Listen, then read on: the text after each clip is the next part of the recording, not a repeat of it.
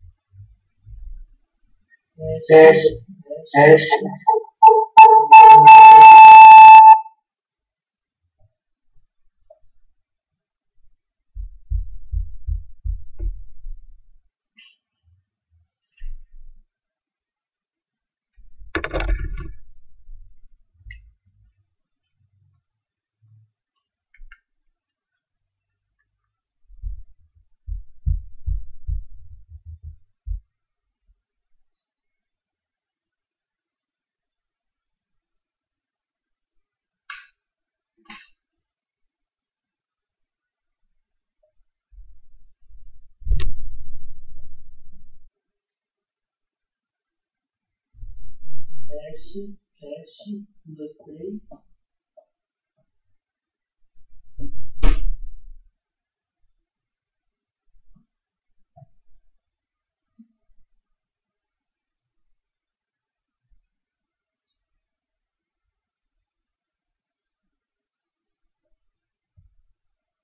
Agora foi, Maurício. Peraí, só um minuto. Agora foi.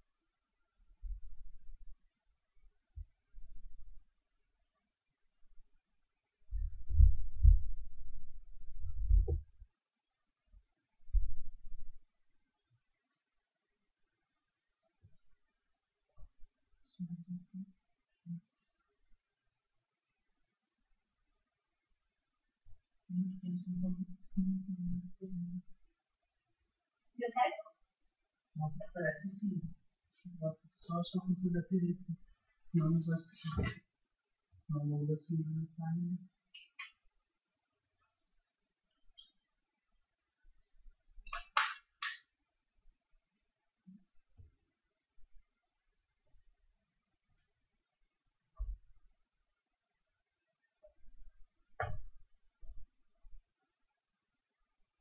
Teste, 1, 2, 3.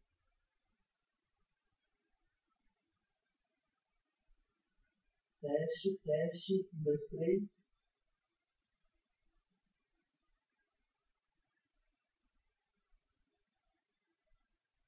Teste, 1, 2, 3.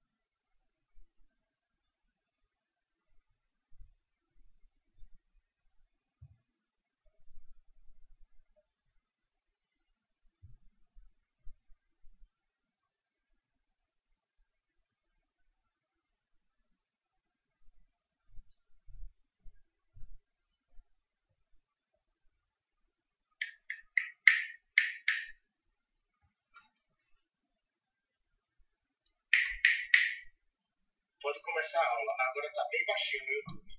Isso. Pode começar.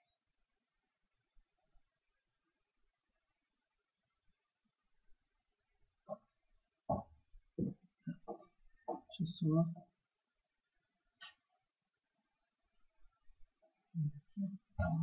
Aqui pode que dá certo. Oi, pessoal. Estou aqui porque, na verdade, a gente tem uns probleminhas técnicos que o Murilo já está conseguindo, juntamente com o pessoal lá de Recife, resolver. Parece-me que agora já vai dar tudo certo, né, Rodrigo? Mas, cada vez que eu falo com o Murilo, eu estou super preocupada. Eu tenho certeza que vai dar tudo certo. Tá saindo lá, não tá? Vai começar. Posso começar? Deixa eu só abrir. Por que tá saindo minha voz lá se tá tudo fechado? Olha a cara do mundo, tô nervoso. Dá pra começar, já. Já posso começar? Gente, tô começando aqui a aula. Espero vocês, tá bom? Beijo.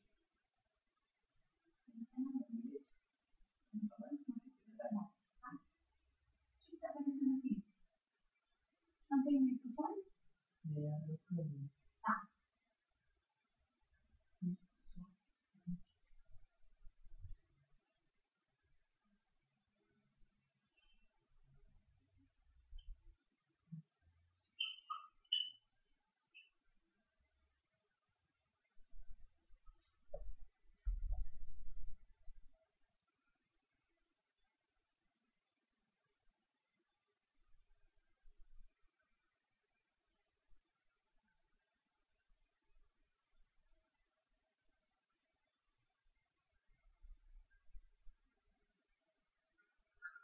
Você está me ouvindo?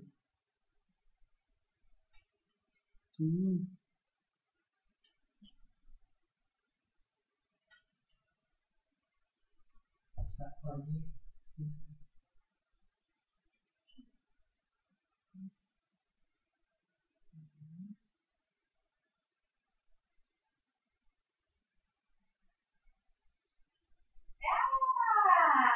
Deu certo! Ei, gente!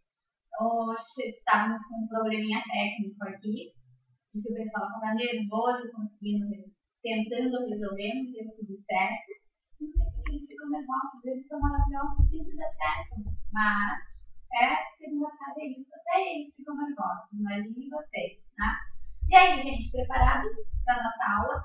Vamos que vamos, então? Estou vendo algumas carinhas. Vamos lá, Tari, que está aqui. Túlio, Lauana, querida. Lucas. A Dali está hoje primeiro, né? 100% tributário, adorei. Vamos lá. Júlio Ribeiro, Michael. Eu já estou reconhecendo. Paulo, estava na aula ontem. Herbert. Estou feliz. Bom, conforme combinado, prometido, conforme prometido na aula de ontem, eu iniciaria a aula de hoje com mandado de segurança. Tendo em vista que muitos estão sonhando, estão contando com esse mandado de segurança, e realmente pode sim ser a nossa peça. Aliás, que vem essa peça, né, pra gente? Bom, primeiro de tudo, separei a lei do mandado de segurança, a lei 12.016 de 2009. E já no artigo 1º, faça a menção lá para o artigo 5º, inciso 69 e 70 da Constituição Federal. Quando cabe um mandado de segurança? O mandado de segurança ele é cabível quando houver violação ou ameaça de violação ao direito líquido e certo do nosso contribuinte por parte da autoridade coatora. Logo, nós temos duas possibilidades de mandado de segurança, quais sejam o mandado de segurança repressivo e o mandado de segurança preventivo. Agora, concentre, tá? Concentre para aquilo que eu vou dizer a vocês. O mandado de segurança repressivo é quando já ocorreu a violação ao direito líquido e certo do nosso contribuinte. O mandado de segurança preventivo é quando houver forte ameaça de que vai ocorrer a violação do direito líquido e certo do contribuinte. Ok. Na prática, sempre que houver mandado de segurança repressivo, é porque eu também poderia defender o meu cliente por meio de uma anulatória. Mas mesmo na prática, a recíproca não é verdadeira. Nem sempre que cabe a anulatória, cabe o mandado de segurança repressivo. Por quê? Primeiro de tudo, o mandado de segurança repressivo tem prazo para ser impetrado. Prazo de 120 dias a contar da ciência do ato fator. É o que diz o artigo 23 da Lei 12.016 de 2009. Então, eu tenho até 120 dias a contar da ciência do ato fator. Esse ato fator, a ciência desse ato fator, é quando, por exemplo, eu recebo a notificação de lançamento ou auto de infração.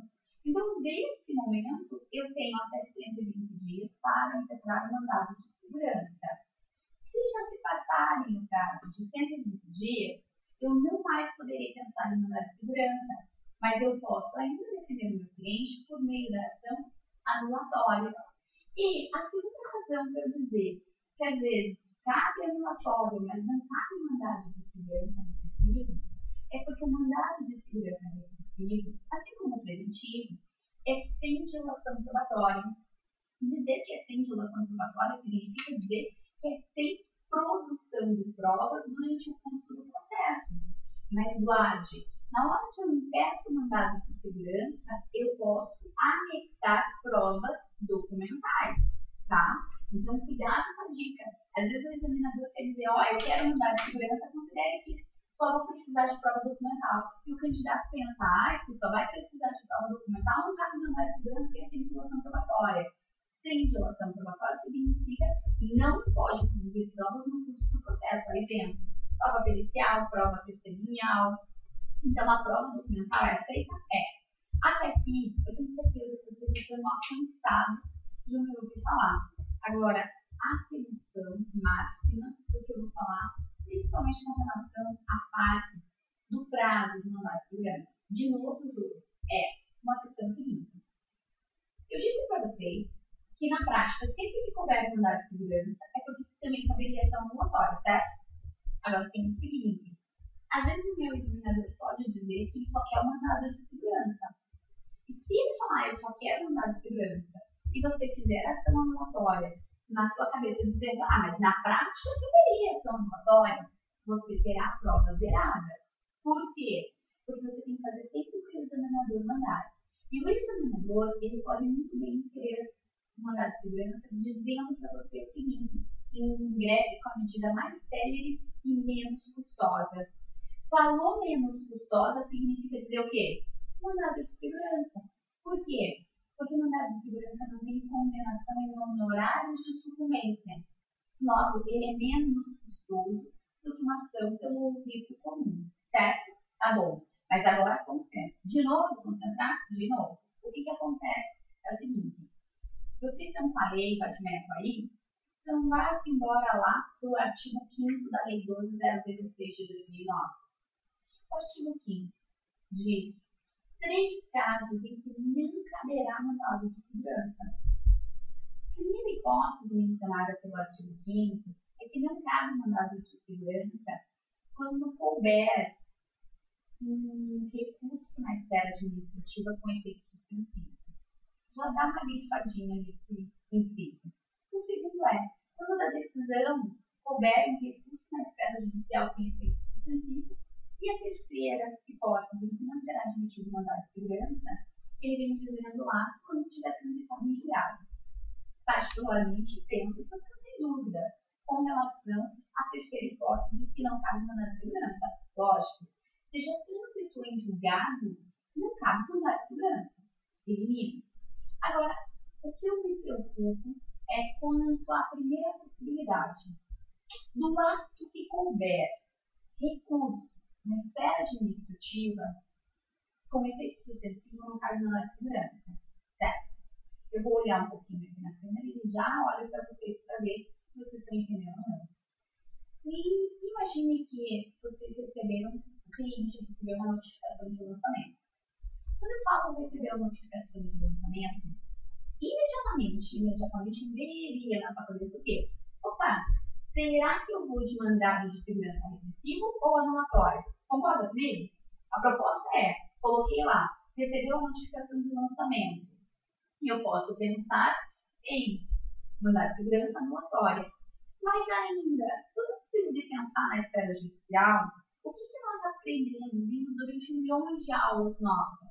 Nós vimos que quando o contribuinte recebe a notificação de lançamento, ele pode, frente à notificação de lançamento, pagar, recorrer na esfera administrativa, ir para a esfera judicial ou não fazer nada.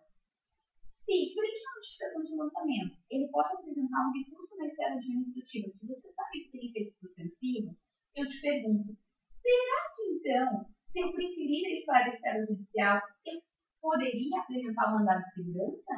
Se o artigo 5º está dizendo que daquele ato que couber um recurso administrativo com efeito suspensivo não cabe mandado de segurança, perceberam a minha pergunta? Entenderam? Deixa eu ver a carinha de vocês, entenderam ou não? Sim ou não? Então, bem. Então, o que acontece? Há duas correntes doutrinárias nesse sentido. Uma corrente diz que, quando o contribuinte opta por ir para a esfera judicial, ele vai pela via que ele preferir. Ou vai de mandado de segurança, ou vai de ação anulatória. Mas tem uma outra corrente que diz, tudo bem que o contribuinte pode sim optar por ir para a esfera judicial, mas se coubesse ali um recurso na esfera administrativa com efeito suspensivo, ele não pode agora na esfera judicial impetrar mandado de segurança. Ele então que vá por meio de ação anulatória. Concordam com esse pensamento? Tem essa doutrina, certo? Mas e aí? Será que a minha banca segue a primeira doutrina, a primeira corrente ou a segunda corrente? Não sei. Não sei porque nunca tivemos esse caso na nossa prova. Mas se agora eu digo, o que eu faço para a prova? Momento de desespero? Zero. Zero por quê? Porque o que a gente tem em mente? Se o examinador só trouxer a notificação de lançamento, tá? E não fala nada se quer mandado de segurança ou anulatório. Não fala nada, pergunto para vocês. Se o examinador não fala que quer mandado de segurança ou anulatório, os dois eu tenho prazo. Mandado de segurança, tudo dentro do prazo. Eu posso fazer um unido-unité? Posso, não posso? Mas, se eu estiver com prazo para apresentar o recurso na esfera administrativa, eu sugiro a você que, então, na hora de fazer o unido-unité, você opte por fazer a ação anulatória. Por quê, Josi? Porque, veja, se o examinador, ele disse que o meu contribuinte recebeu uma notificação de lançamento, e ele não está dizendo, eu quero mandar de segurança. Não está. Ele deixou para eu escolher. E aí eu sei que existe o artigo 5º que diz, se houver prazo para apresentar recurso na esfera administrativa, com efeito suspensivo não cabe mandar de segurança, eu vou arriscar no dia da prova e ver qual é a corrente que ele prefere. Eu vou de ação anulatória. Porque a anulatória não tem risco. Eu posso ir para a esfera judicial por meio de ação anulatória. Ok. Agora, se meu examinador deixar claro que ele quer um mandado de segurança, de que forma, Josi? Ele escreve e ingresse com a medida mais célere e menos custosa. Tá ou não tá claro que ele quer um mandado de segurança? Aí eu faço mandado de segurança. Vocês entenderam essa questão? Vou abrir aqui para perguntas. Quem quer fazer pergunta? Oi, gente. Eu não perguntei. Repete. Eu repito. Então, vamos lá. Vai, concentra para você compreender. Meu contribuinte, vou colocar no livro.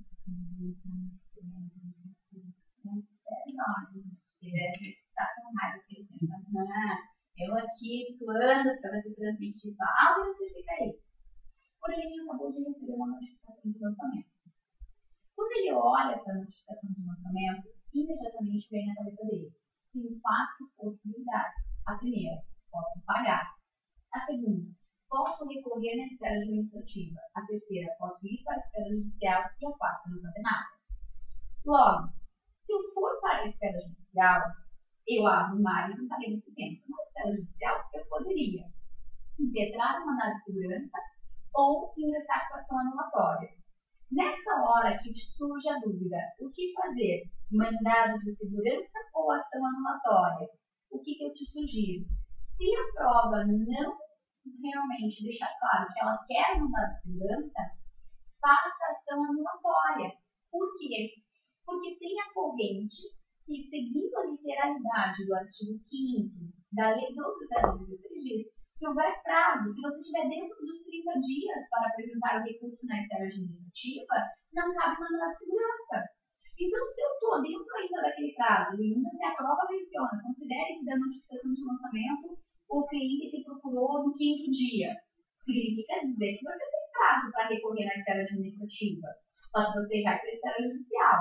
Você vai de anulatório ou mandado de segurança. Aí você tem que se lembrar do artigo 5º. Opa, tem a corrente que diz, de acordo com a literalidade do artigo 5º, se houver tempo para ingressar com recurso na esfera administrativa com efeito suspensivo, não cabe mandado de segurança.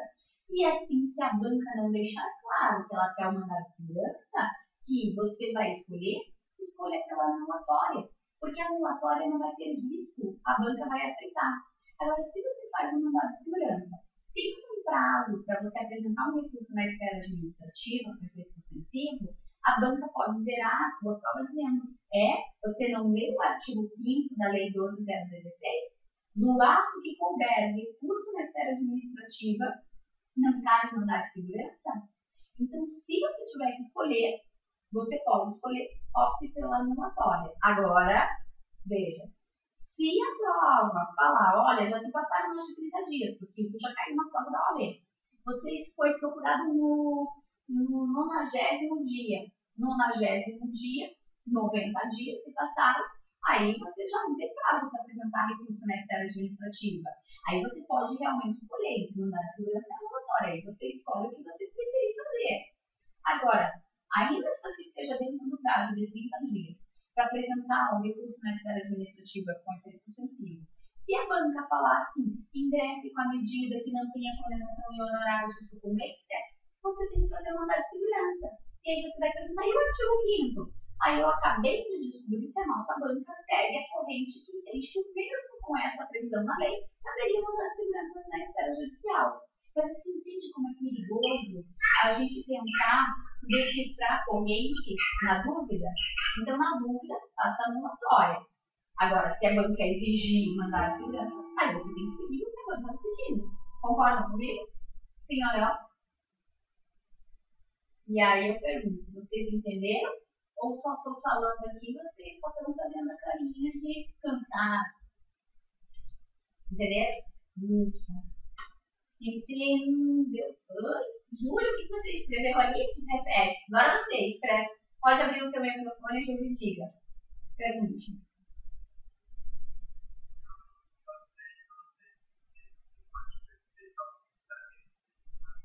Ah, entendi. Você é o nosso representante, então. Tá ótimo.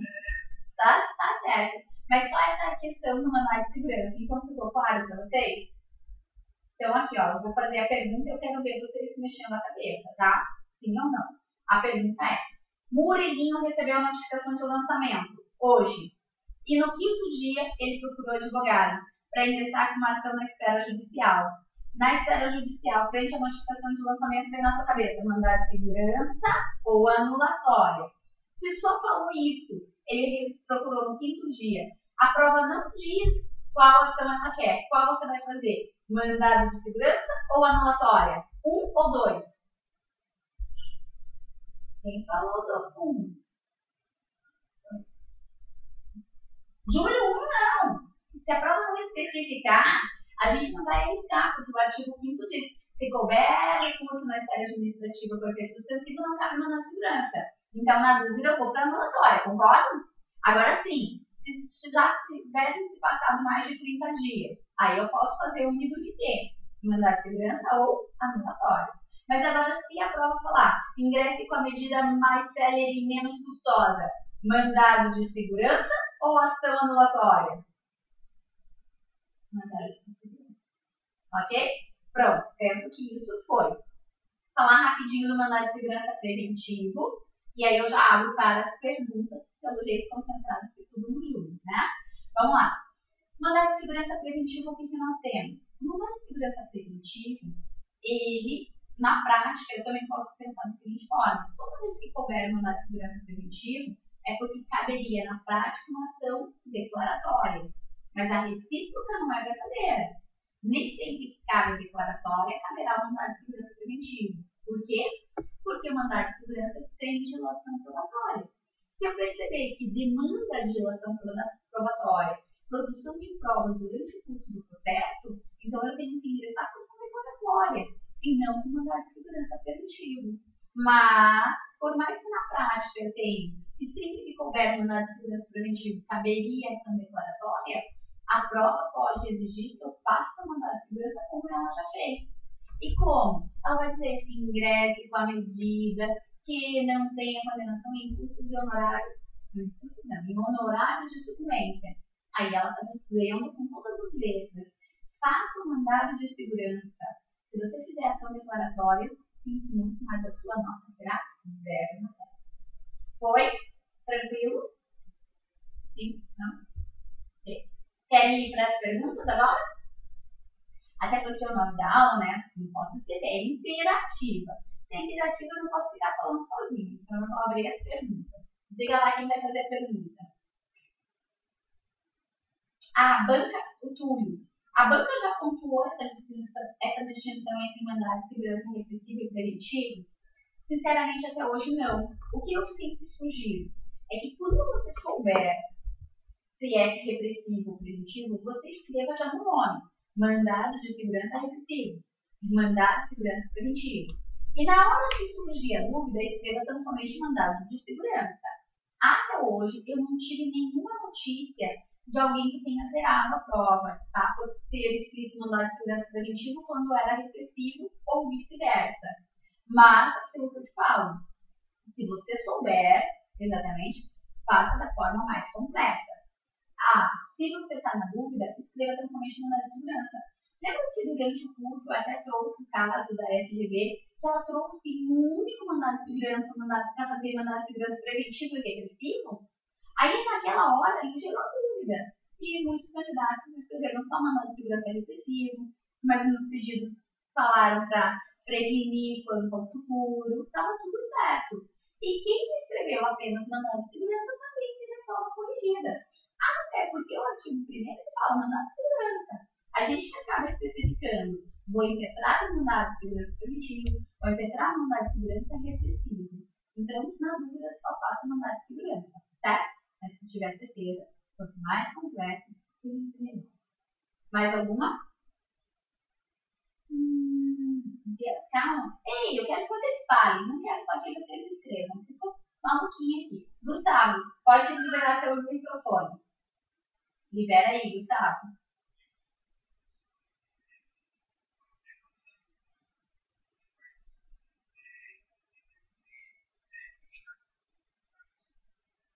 Você pode colocar isso, não tem problema não. Ou pode dizer, segue em anexo as provas documentais, não tem problema. Pode pedir que seja admitida, não tem problema. Pode fazer esse pedido.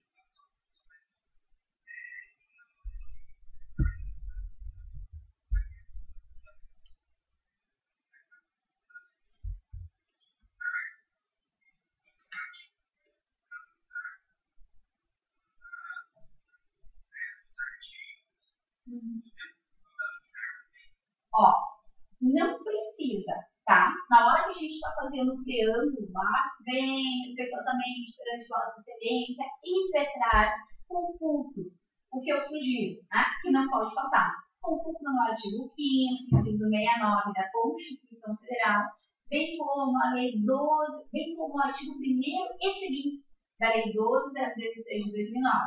Isso não pode faltar. Agora, quer colocar mais? Melhor, não vai lhe prejudicar. Então, se você quer colocar na liminar, pode colocar. E aí, por que às vezes vocês ficam pensando, Josiane, fala isso, parece que...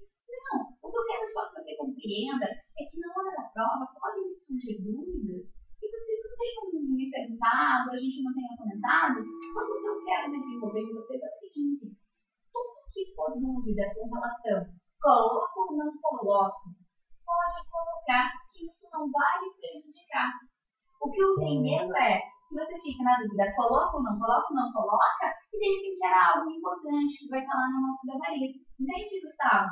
Então você pode colocar assim, tá? Para deixar bem completo.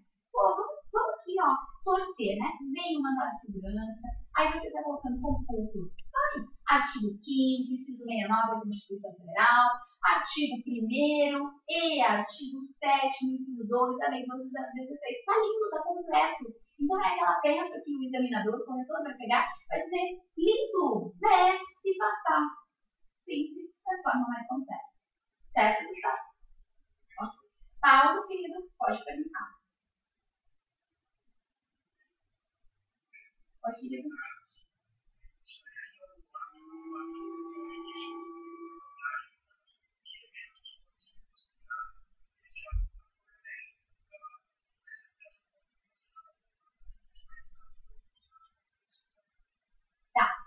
Aqui, Paulo, o que eu digo a você é sempre seguir o que vai estar escrito na prova, né? Então, por exemplo, a gente tem que lembrar toda aquela sequenciazinha nossa do direito tributário. Primeiro é constituído o crédito. Logo, em primeiro lugar, o cliente, o contribuinte, ele recebe a notificação de lançamento. Então, no momento da notificação de lançamento, eu já tenho a ciência do ato fator, tá? Então, por isso que eu já trago por primeiro. Mas às vezes ele não recebe a notificação de lançamento, ele recebe direto o auto de infração. Percebe? Ele nem recebeu a notificação de lançamento, ele recebeu o auto de infração. Aí, então, aquela foi a primeira vez que ele soube do ato fator. E às vezes, até o que acontece é o seguinte, um caso que eu tive, que foi retirado de uma prova da banca aqui do Paraná, quando nem ainda era unificado. O cliente, ele foi até a Receita Federal para tirar uma certidão negativa de débito. Quando ele chegou na Receita Federal, ele foi informado que ele não teria direito à certidão negativa porque existia débitos em aberto lá. Havia uma dívida. Aí você concorda comigo que ele nem tinha recebido a notificação de lançamento, mas foi ali, naquele momento, que ele teve ciência do ato fator? Percebe? Então, assim, tudo vai depender da informação, né? O que a gente presume é que o contribuinte recebeu a notificação de lançamento. Logo, seria a ciência do ato fator. Agora, pode aparecer um caso que ele está dizendo, olha, ele foi surpreendido porque ele recebeu ali informação que existiam débitos em aberto. É a ciência do ato fator, certo? Agora, o que você não pode confundir, Paulo, é que o cliente ele recebeu a notificação de lançamento, nem deu bola, né? Não recorreu, ou recorreu, mas perdeu na esfera administrativa, e de repente foi lá ajuizar a execução fiscal, e agora ele teve a citação em execução fiscal. Veja, não é com essa citação em execução fiscal que ele teve ciência daquele ato fator, porque ele já tinha tido lá no passado, e aí essa é a minha preocupação. Ok? Ficou claro? Quem mais pergunta? Oi, Laana. Tudo. Eu acho lindo o seu nome. Ela sei que tem a ver com a aula, né? Mas eu. Diga lá, querida.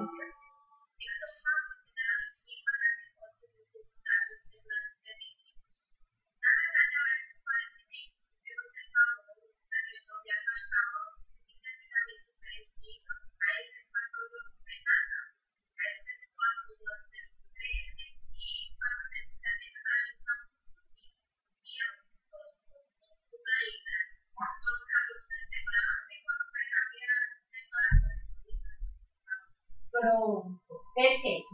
Eu acho a sua dúvida assim, excelente, porque eu não sei como a FGV não cobrou ainda essa questão, porque é ótima essa questão.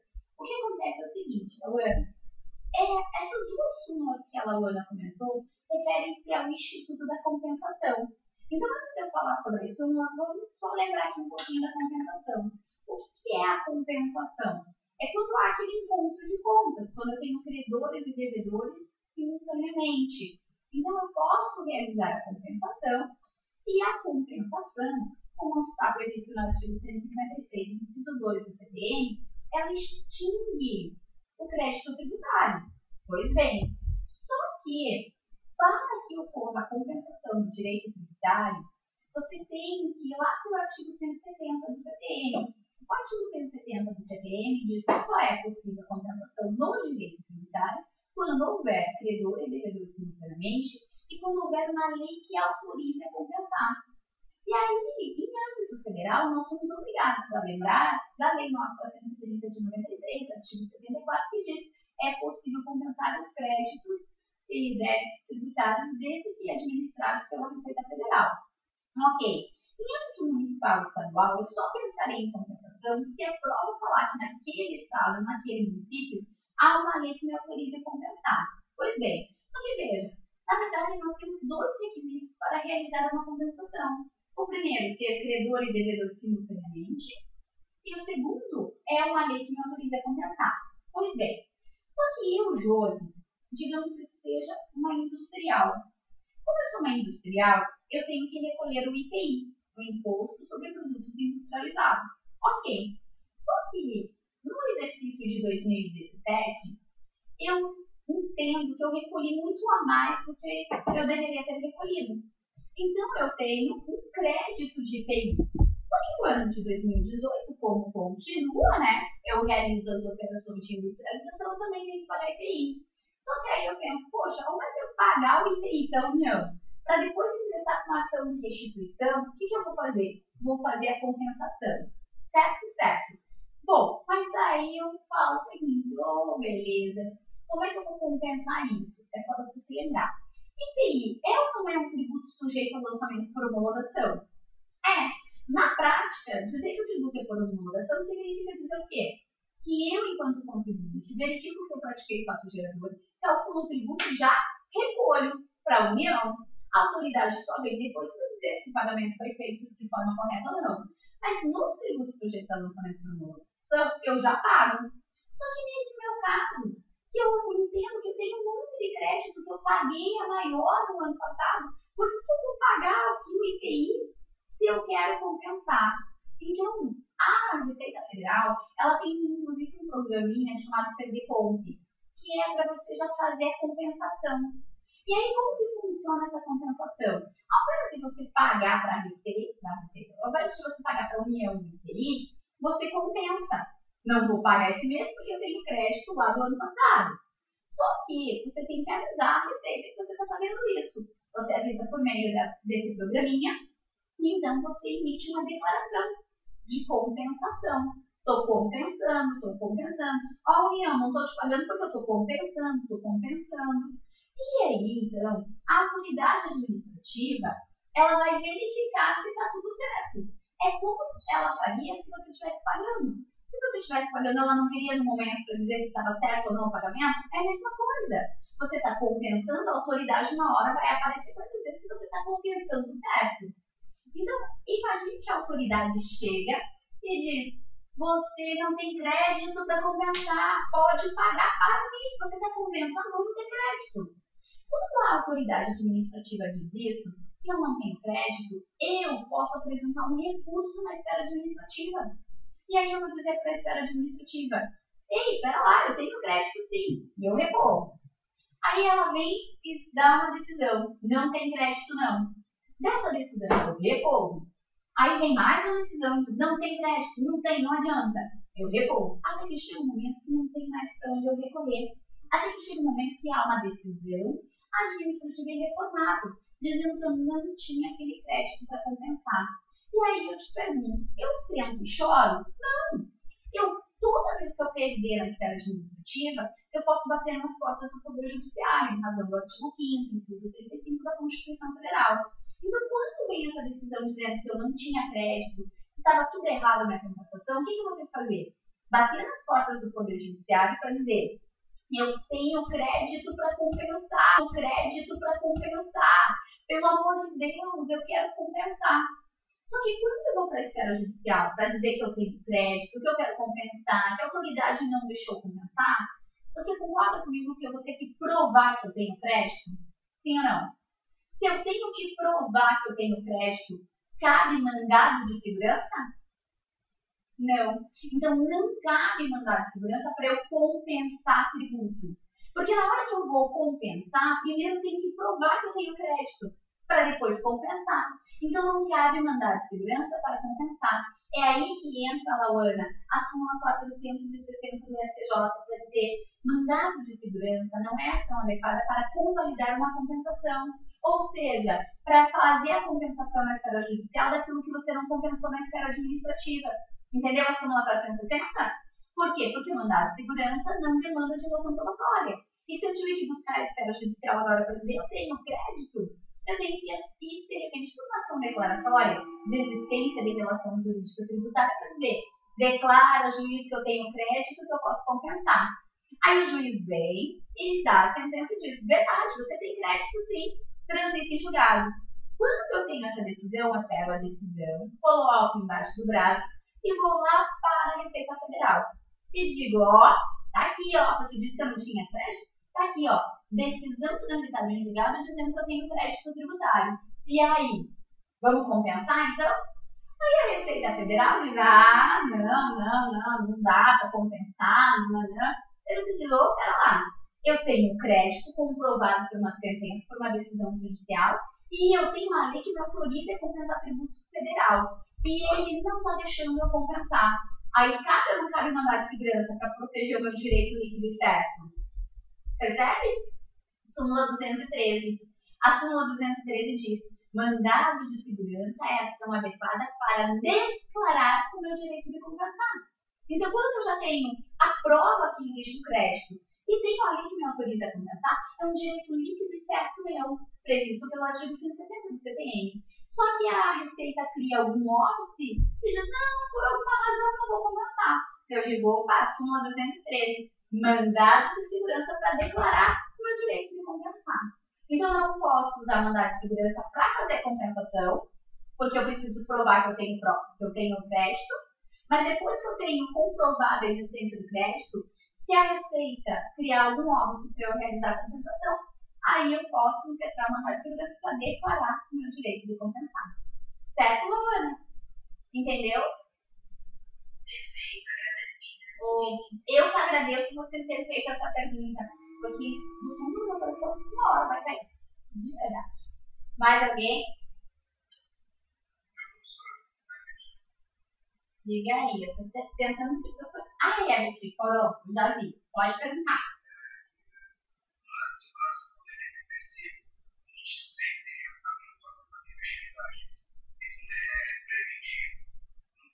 Exatamente.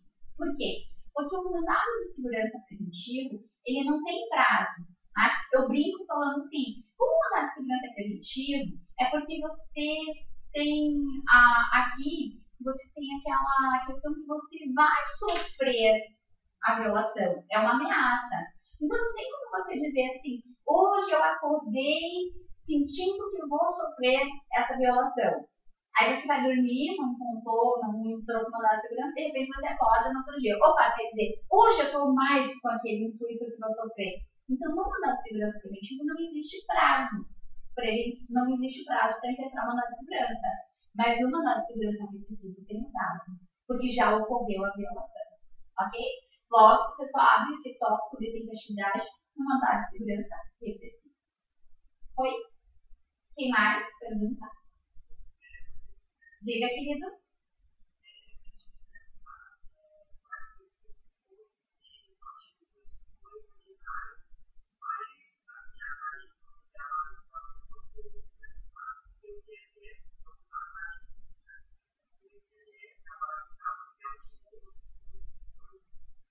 Não, na verdade, Júlio, querido, o que acontece é o seguinte.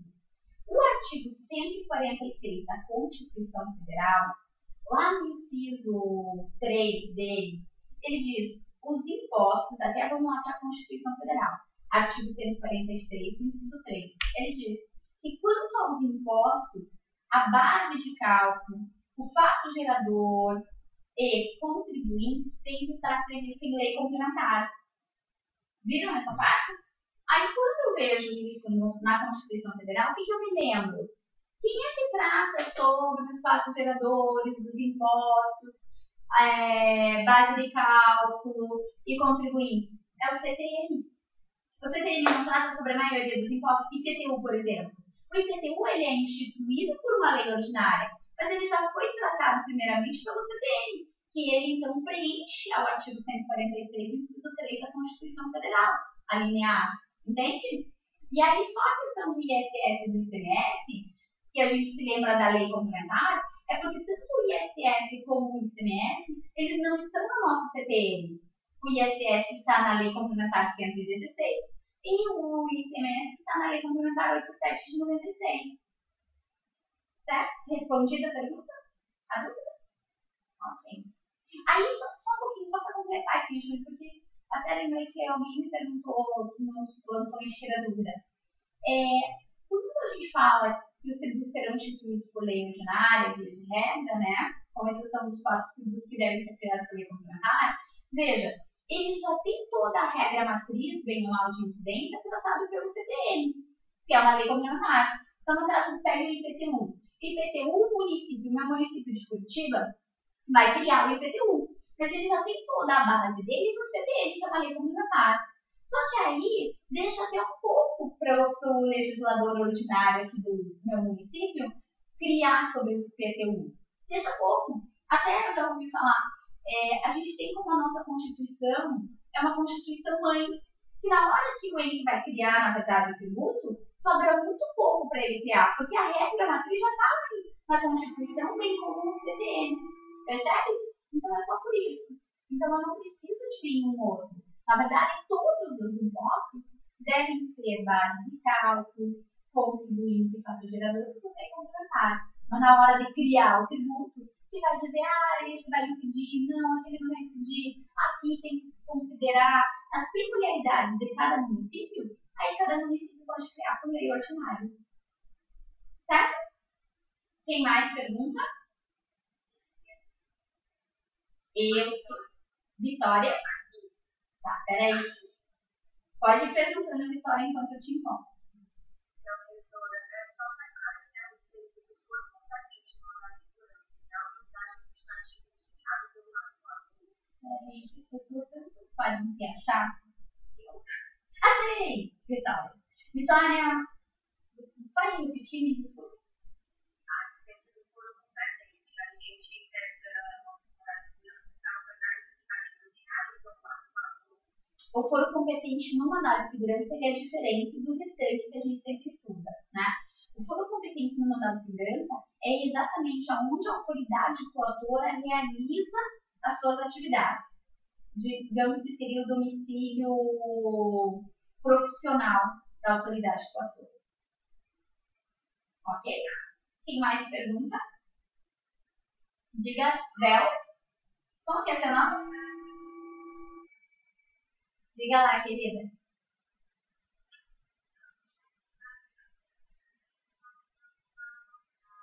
Peraí, quem tá falando? A Bel? Não.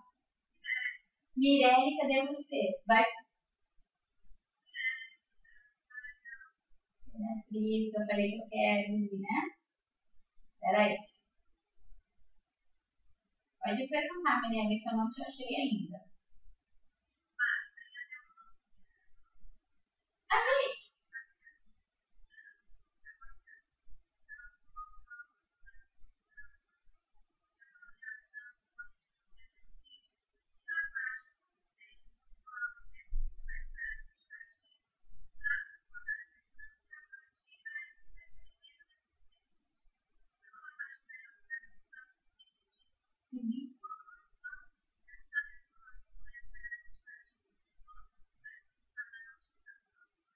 Exatamente, Mirelle. A pergunta da Mirelle, eu até fiz questão de trazer números simulados, propostas, eu nem me lembro. O que acontece?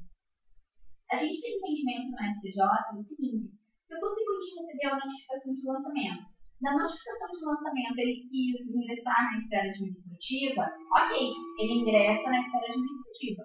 Aí passa um monte de tempo, porque até ser julgado, tudo, até que depois, digamos, de 2 anos, eu tenho uma decisão administrativa irrevogável. Daquele momento, daquela decisão, que eu fui cientificada daquela decisão, começa a correr o meu prazo para impetrar o mandado de segurança repressivo na esfera judicial. Então, não há da notificação de lançamento. Por quê? Porque eu apresentei um recurso na esfera administrativa. Aí foi julgado. Aí, nesse caso, eu começo a contar a partir da ciência desse recurso, dessa decisão na esfera administrativa. Agora, se não tem esse recurso, como a Mirelle falou, então eu começo a contar os 120 dias da notificação de lançamento. Certo? Respondido, Mirelle, era essa dúvida? Obrigada a você. Mais alguém pergunta? Cadê você? Diga lá, pergunte. Quem vai perguntar primeiro? Pergunte. Thales, pergunte.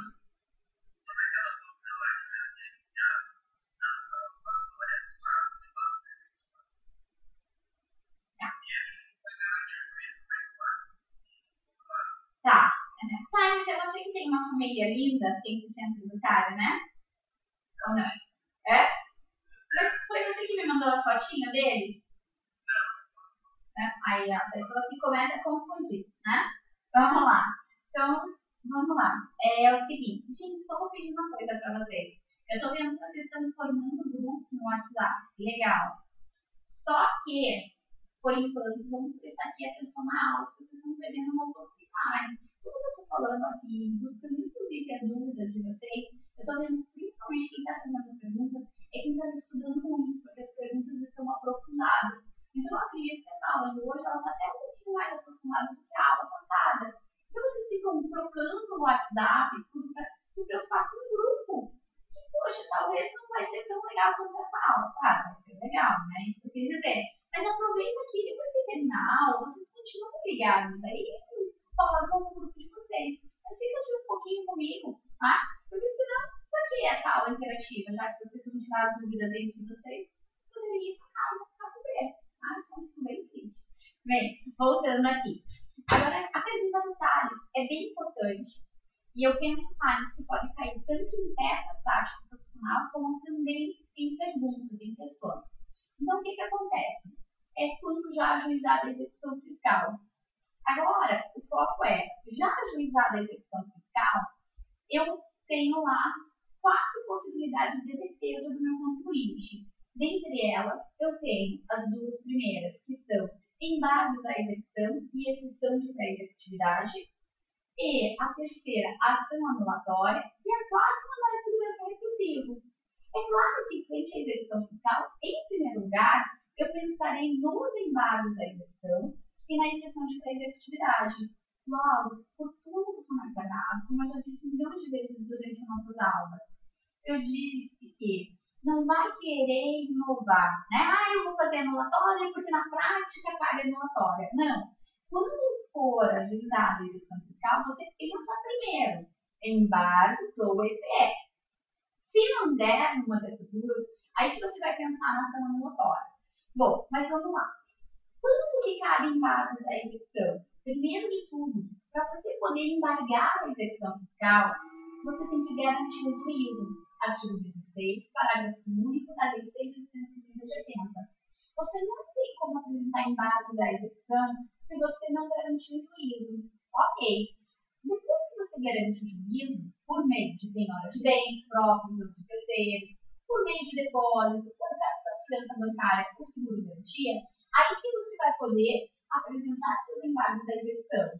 Feita a garantia, você vai se concentrar no prazo, porque os embargos à execução têm prazo, ou seja, prazo de 30 dias a contar da garantia do teu juízo.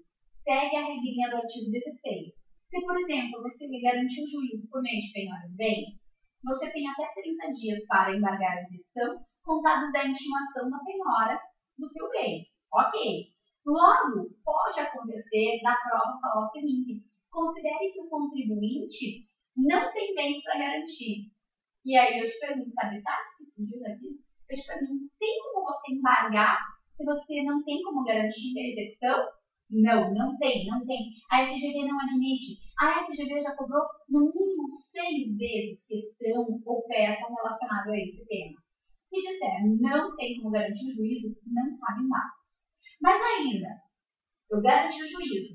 Depois pensa no prazo, se você está dentro do prazo para embargar. Porque às vezes pode vir uma sacanagem, né, uma pegadinha, dizendo que garantiu o juízo, mas você perdeu o prazo para embargar. Aí não adianta, tá? Aí não cabe o embargos. Aí você vai descendo. Vamos pensar em quê? EPE. EPE é maravilhoso. A EPE, inclusive, eu digo, pense em primeiro lugar. A EPE é muito melhor do que embargos. É melhor por quê? Porque é uma simples petição. Se é simples petição, não tem custas. Embargos tem. A EPE, simples petição, ela vai nos mesmos autos dos embargos à execução fiscal. Gente, vou ser bem sincera, abrir aqui o coração. Na verdade, né, vai chegando perto da prova, a gente vai ficando nervoso. Eu também fico nervosa. E eu vi nos simulados que estava a dica, faça a EPE. Por quê? Faça a defesa nos mesmos autos da execução fiscal. E teve gente que fez anulatória. Eu não entendi. Porque durante as aulas a gente fala, a EPE é a única que é simples petição, é a única peça que vai junto com os autos de execução fiscal. Tanto embargos à execução, quanto anulatória, quanto mandado de segurança, são tudo ações novas que vão correr em autos apartados à execução fiscal. Então se atente, porque saber a matéria vocês sabem. Às vezes vocês não estão lendo direito o que o examinador quer. E aí, como eu disse, a EPE é 1000 vezes melhor que os embargos, porque é simples expedição, a EPE não tem que pagar custas, e o melhor de tudo, a EPE não precisa garantir o juízo. É maravilhosa? É. Então por que eu não faço sempre a EPE? Porque, claro, né? Nem tudo na vida é tão maravilhoso. A EPE, ela só cabe para a defesa de matéria que possa ser conhecida de ofício e sem relação probatória. Súmula 393 do STJ. E aí imagine que o cliente te procure e diga: Josi, tá aqui a minha execução fiscal. Linda, muito legal, vamos lá, vamos fazer a defesa. Mas eu já digo a você, Josi, que eu não tenho nenhum bem que eu possa garantir o juízo. Não tenho nada, nada, nada, nada. Então o que você já sabe? Não vou embargar a execução. Ok. Resta-me a EPE, anulatória e mandar de segurança repressiva. Aí eu vou analisar o caso. Não é matéria para EPE, porque não é matéria que possa ser conhecida de ofício, ou ainda que seja demanda de dilação probatória. Não cabe a EPE. Aí, Thales, vamos de anulatória, certo? Aí, quando eu penso na anulatória, o STJ tem milhões de decisões, e é bem engraçado porque parece que poucas pessoas falam sobre isso. Mas sim, depois de ajuizar a execução fiscal, cabe a ação anulatória. Aí, então, eu vou ingressar com uma ação anulatória. É a anulatória que a gente é acostumado a fazer. Petição inicial, artigo 319 do CPC, artigo 38 da Lei 6.830 de 80, tudo certinho, certinho, certinho. Mas aí vem a pergunta: Josi, como é que eu vou suspender a execução fiscal por meio da minha ação anulatória? Que é essa tua dúvida, né, Thales? Como é que eu vou suspender? Aí vem cá. Também aqui, Thales, temos duas correntes. Mas aqui eu até diria que são duas correntes do bem. Por que são duas correntes do bem? Eu tenho uma primeira corrente que foi inclusive adotada pela antiga banca, a banca do SESP, que cuidava da nossa prova da OAB. A primeira corrente diz que, para suspender a execução fiscal, você pode se valer das mesmas hipóteses lá do artigo 151 do CPM. Ou seja, eu posso fazer o depósito ou eu posso pedir uma tutela provisória. Aí você vai virar para mim, o Thales no caso, como ele já falou para mim uma vez, eu falo, mas se eu fizer o depósito, não adiantou, porque eu já escolhi a anulatória porque eu não tinha dinheiro, não é mesmo? É verdade. Então, a corrente do bem, que eu falo, diz por meio de uma ação anulatória, você vai conseguir suspender a execução com os requisitos para uma tutela provisória. Porque a tutela provisória, nos termos do artigo 151, inciso 5 do CPM, suspende a efetividade do crédito, não suspende? Então, essa corrente, por analogia, diz, vai suspender a execução fiscal. Logo, na prova, se vier exatamente esse caso, o cliente não tem dinheiro, não vai depositar, e não é matéria de EPE, certeza que você vai fazer uma ação anulatória com tutela provisória. Se não for o caso, não é segurança também, claro. E aí você vai pedir para suspender a execução. Agora, existe uma outra corrente, Thales, que é uma corrente mais cautelosa. E que eu, sinceramente, Josiane, tá? Eu acho que essa corrente ela tem muito mais a ver com a nossa realidade. Essa corrente, essa segunda corrente, diz o seguinte: pera lá, você quer suspender uma execução fiscal ingressando com uma ação anulatória? Então, essa corrente diz: você vai utilizar por analogia o que seria possível suspender a execução se você tivesse ingressado com embargos à execução fiscal, que é, na verdade, o artigo 919, parágrafo 1º do CPC. Se eu tivesse ingressado com embargos à execução, como que eu faria para suspender a execução fiscal? Nos termos do artigo 919, parágrafo 1º do CPC, eu teria que garantir o juízo e comprovar que eu tenho um dos requisitos para a concessão de tutela provisória. Aí, então, há essa corrente, e inclusive uma das turmas do STJ adota essa corrente e diz: então, se você ingressar com a anulatória, você também vai ter que garantir o juízo para conseguir suspender a execução. Vai ter que garantir o juízo e vai ter que pedir, demonstrar os requisitos da tutela provisória. Nesse momento, você já me pergunta qual é a vantagem, então, de entrar com a anulatória numa execução fiscal. A vantagem é que os seus embargos, se você não tiver como garantir o juízo, você não pode nem apresentar embargos à execução, concorda? Não pode. Agora, Anulatória pode. Mas se você quer garantir o juízo, aí você suspende a execução. Mas você não tem como garantir o juízo. Mas você tem como defender seu cliente? Tem, porque você apresentou a defesa anulatória. Entende? Então, se você apresentou a anulatória, você consegue defender seu cliente sem garantir o juízo. O que você não consegue por meio de embargos da execução, porque os embargos só serão aceitos se houver garantia de juízo. Em outro lugar, eu digo o seguinte: ora, você já está querendo muito, né? Que o cliente não tem como garantir o juízo, ainda você quer ingressar com a anulatória, sem garantia e ainda suspender a execução? Penso que se fosse assim, não teria mais por que existir nossos embargos à execução fiscal. Concordam comigo? Quem que iria apresentar embargos à execução se eu conseguisse, por meio de anulatória, suspender a execução fiscal? Mas é uma questão de estudo, de corrente, como eu falei a vocês. Eu adoto essa linha. Logo, eu digo o seguinte: se você tiver possibilidade de falar sobre isso em uma questão, aí você aborde isso que eu estou te dizendo, tá? Que há uma corrente que entende que, cumprindo apenas um dos requisitos do artigo 151 do CTN, na anulatória, já conseguiria suspender a execução fiscal. Por outro lado, existe uma corrente que entende que, para a anulatória suspender a execução fiscal, teria que cumprir os requisitos do artigo 919, parágrafo 1º do CPC, por analogia aos embargos à execução fiscal. Isso respondendo questão. Agora, na prova, gente, vai de acordo com o que o examinador está pedindo. Não tem como garantir o juízo. Pergunto. Então é porque ele não quer que você faça embargos, você vai fazer anulatória. E se ele já disse que não tem como garantir o juízo, você vai falar em depósito? Não. Aí você vai pedir anulatória apenas com tutela provisória para suspender aquela execução. Concordam comigo? Certo, Thales? Que bom. Obrigada. E alguma dúvida mais, gente? Claro que pode.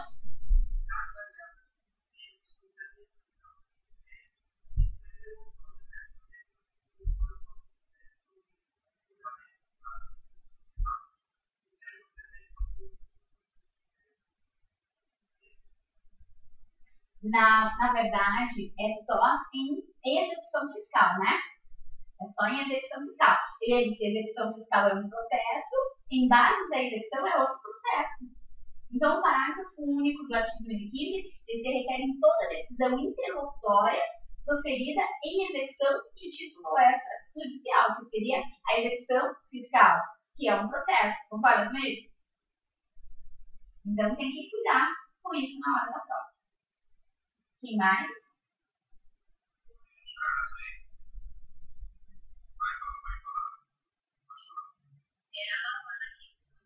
Diga, Luana. Eu só não passar para o colega, mas eu só queria saber se você depois pode tirar uma dúvida minha sobre se merece dirigir a época. Nossa, eu prometi. Claro, eu posso, mas eu até vou te pedir um favor. E até eu vou pedir para vocês. Hoje eu até postei uma foto dizendo que a gente ia ter a live aqui, a aula.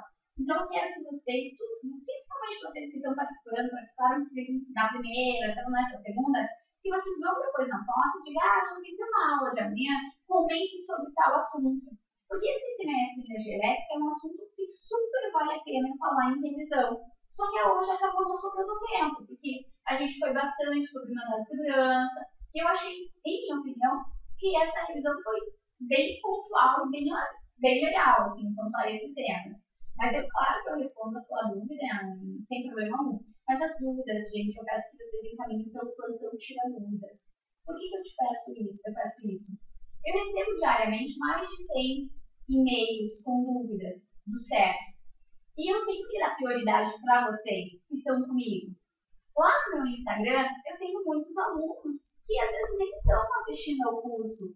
E aí eu tenho que dar prioridade para vocês. Vocês concordam que vocês são hoje minha prioridade? E aí se eu começo a responder lá no meu Instagram, uma que eu vou furar a fila de vocês, porque tem gente que já mandou a pergunta e eu tenho que responder em até 48 horas, eu não vou ter sido honesta. Então é um meio só para eu juntar tudo aqui e deixar todo mundo satisfeito. Tá? Pode ser, Luana? Então manda pelo plano Tira Dúvidas e depois marque lá para eu falar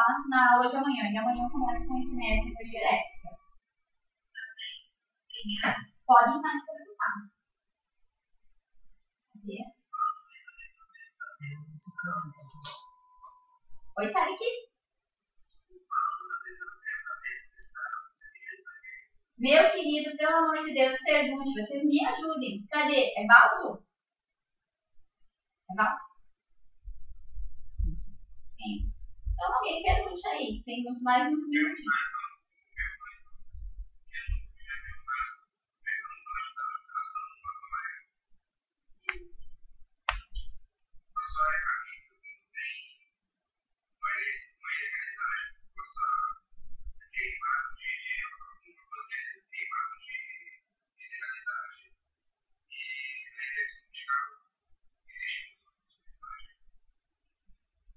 Eu não sei se eu entendi. É o Everett que está perguntando, né? Everett, eu não sei se eu entendi muito bem a sua pergunta. Veja só. A ação anulatória do artigo 38 da Lei 6.830 de 80, ela tem cabimento para anular qualquer ato administrativo em vado de ilegalidade ou inconstitucionalidade que possa resultar em cobrança tributária. Então, se há uma execução fiscal fundada em um ato administrativo em vado de ilegalidade, é por isso que me permite ingressar com a ação anulatória. Entende? Não sei se foi a sua pergunta. Porque na minha anulatória, eu pedirei para anular aquele ato administrativo objeto daquela execução fiscal e, consequentemente, extinguir a execução fiscal.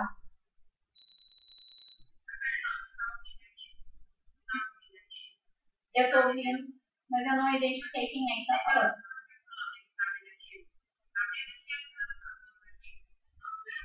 Adela?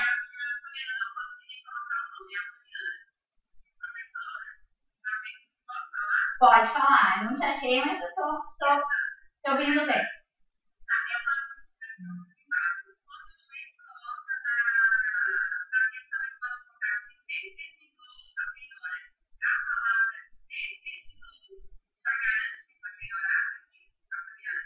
Eu vi você, querida. Peraí, repete, desculpe.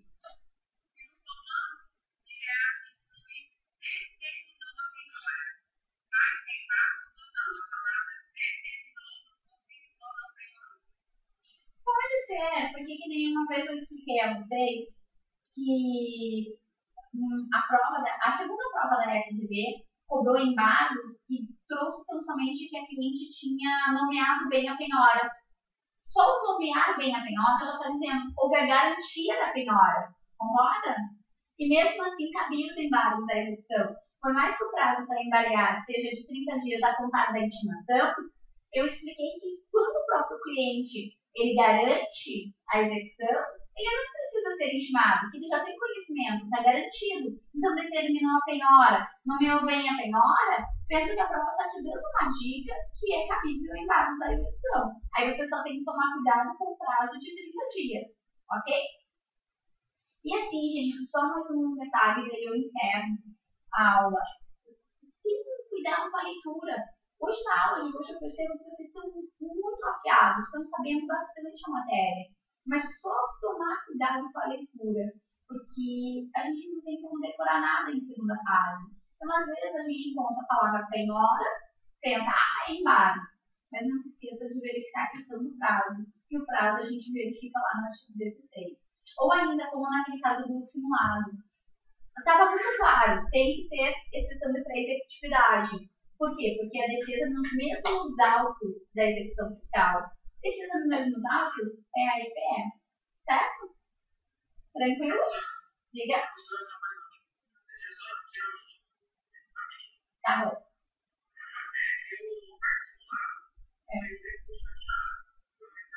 O que vocês acharam do quarto simulado? O que vocês acharam do quarto simulado? Foi bom, não foi?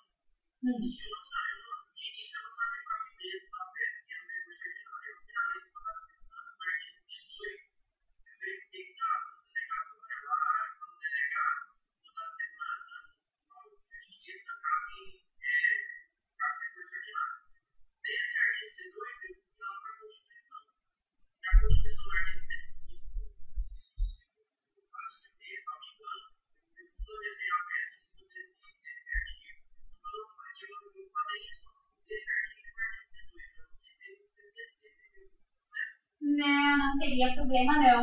E aliás, eu quero te parabenizar, né? Porque você encontrou uma saída. Você viu, foi lá para a lei do mandado de segurança, é isso aí. Você saiu muito bem. Então você não teria zerado a sua peça, ao contrário, você estaria feliz da vida.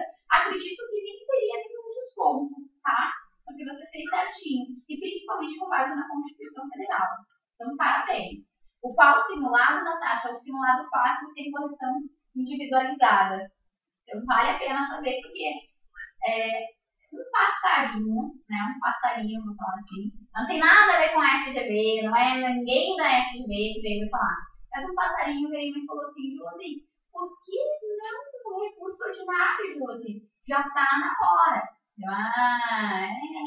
Então tá bom, eu trouxe o simulado para você. Tem nada a ver que foi alguém do lado da FGV, não foi, tá? Já tô dizendo. Nenhum anjo me falou nada, não foi isso. Eu tô falando porque alguém me falou, poxa, Júlia, será que não tava na hora? Eu não entendi nem. E aí, por isso que eu trouxe esse simulado para você. Bom, diga aí, querido. Pode falar. Oi. Diga, Thiago, querido. Boa noite.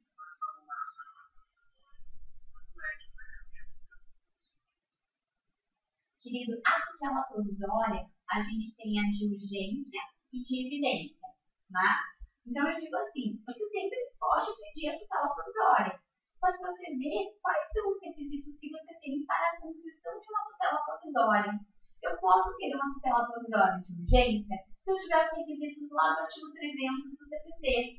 Mas eu posso ter uma tutela provisória de evidência se eu tiver os requisitos do artigo 311 do CPC. Quais são mesmo os requisitos do artigo 311 do CPC para uma tutela provisória de evidência?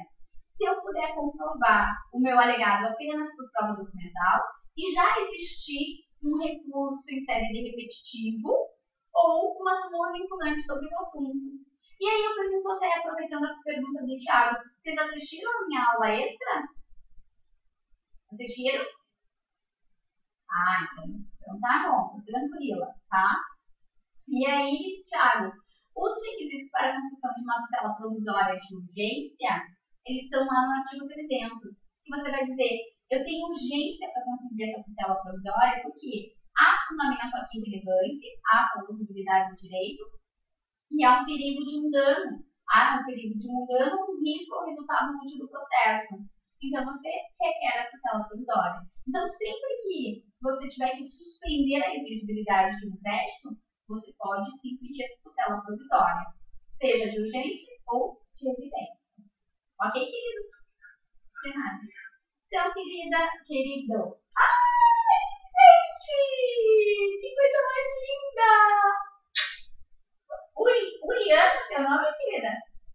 Olha que coisa linda! E qual é o nome desse bebê lindo?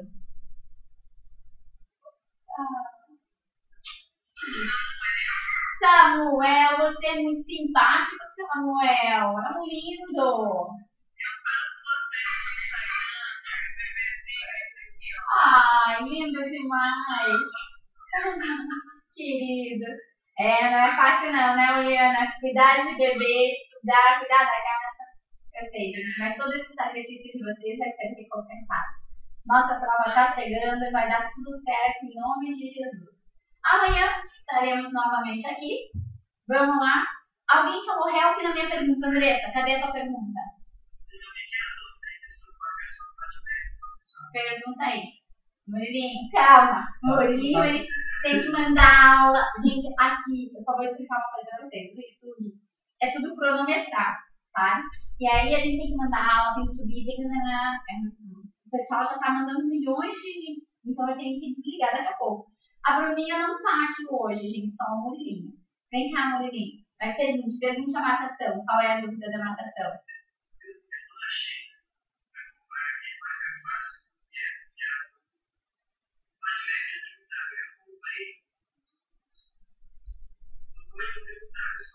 Tá.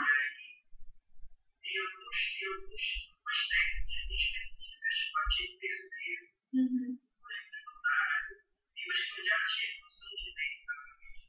Tá. Pode. O que não pode é aqueles que estão em branco. Até no meu tem algumas em branca, certo? Mas eu já até gravei um vídeo explicando para vocês. Os que estão em branco não podem ser utilizados. Então, por que no teu tá?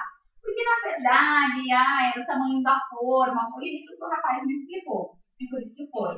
Agora, artigo em específico não tem problema. Eu só falo o seguinte para vocês. Tome cuidado para não ficar poluindo tanto. Porque a vantagem desses marcadores, muitos alcançam um movimento meu fazendo favor com o marcador. A vantagem do marcador, só não derruba nada aqui. A vantagem do marcador é facilitar para vocês, né? Então, assim, ó, eu coloco poucos para facilitar para mim. Porque às vezes você coloca tantos marcadores que acaba dificultando para vocês. Então, só veja isso, mas de não poder, não existe isso, não é proibido. Clipes, gente, o edital diz que é só recomendado utilizar para separar os códigos, né? Do CTM para o CPC. Então, eu acredito que quanto menos vocês utilizarem clipes, melhor para não chamar tanta atenção. Aí já vou até dizer para vocês, hoje veio um comunicado, não sei se todos já viram, um comunicado da FASE, ele tiraram foto justamente do nosso artigo 146, dizendo não pode estruturar peça. Aí eu falo, pô, gente, com certeza pegaram um artigo aleatório, porque o 146 da Constituição Federal, nem que a gente quisesse estruturar peça, a gente estrutura peça ali. A gente só fez menção dos artigos que precisam de lei complementar naquele 146.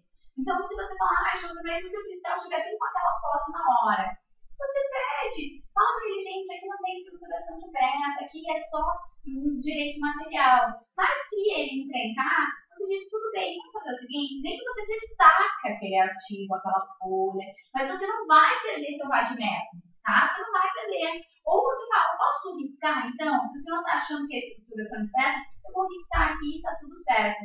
Mas você não vai perder seu vadimento. Isso se acontecer, mas nunca aconteceu. E vou dizer, essa foto já foi publicada outras várias vezes, tá? E nunca ninguém teve problema com o nosso artigo 146 da Constituição Federal. Porque está bem claro que não pode é estruturação de peça. E o 146 a gente não faz estruturação de peça. Tá bem? E ó, nenhuma aula eu estruturei peça com vocês em artigos. Fiquem tranquilos. Tá bem?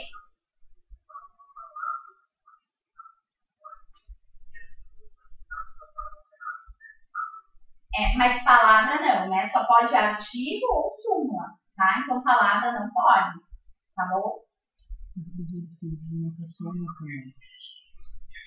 Não tem problema, as súmulas, tá? Súmulas não tem. Oi?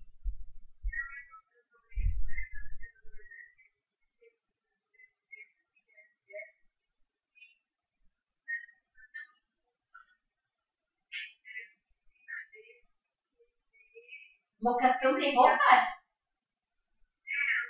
Tá, não é do nosso curso, né? Tá, então faz o seguinte, depois me mande pelo Tira Dúvidas, que agora eu tenho que encerrar a aula mesmo, querida, me desculpe, tá? Mas me mande pelo plantão Tira Dúvidas que eu respondo você, tá bom? Desculpe. Gente, de verdade eu tenho que ir, porque o pessoal tem que liberar aqui também, pessoal, tá bom? Beijo, durmam bem e cuidado, porque vocês têm sonhado muito, né? Tem gente que já tá sonhando que foi preso, um monte de coisa. Só me divirto com os sonhos de vocês. Beijo, gente. Até mais. Pode circular, sem problema algum. Tá bom? Beijo, igualmente, gente. Até amanhã.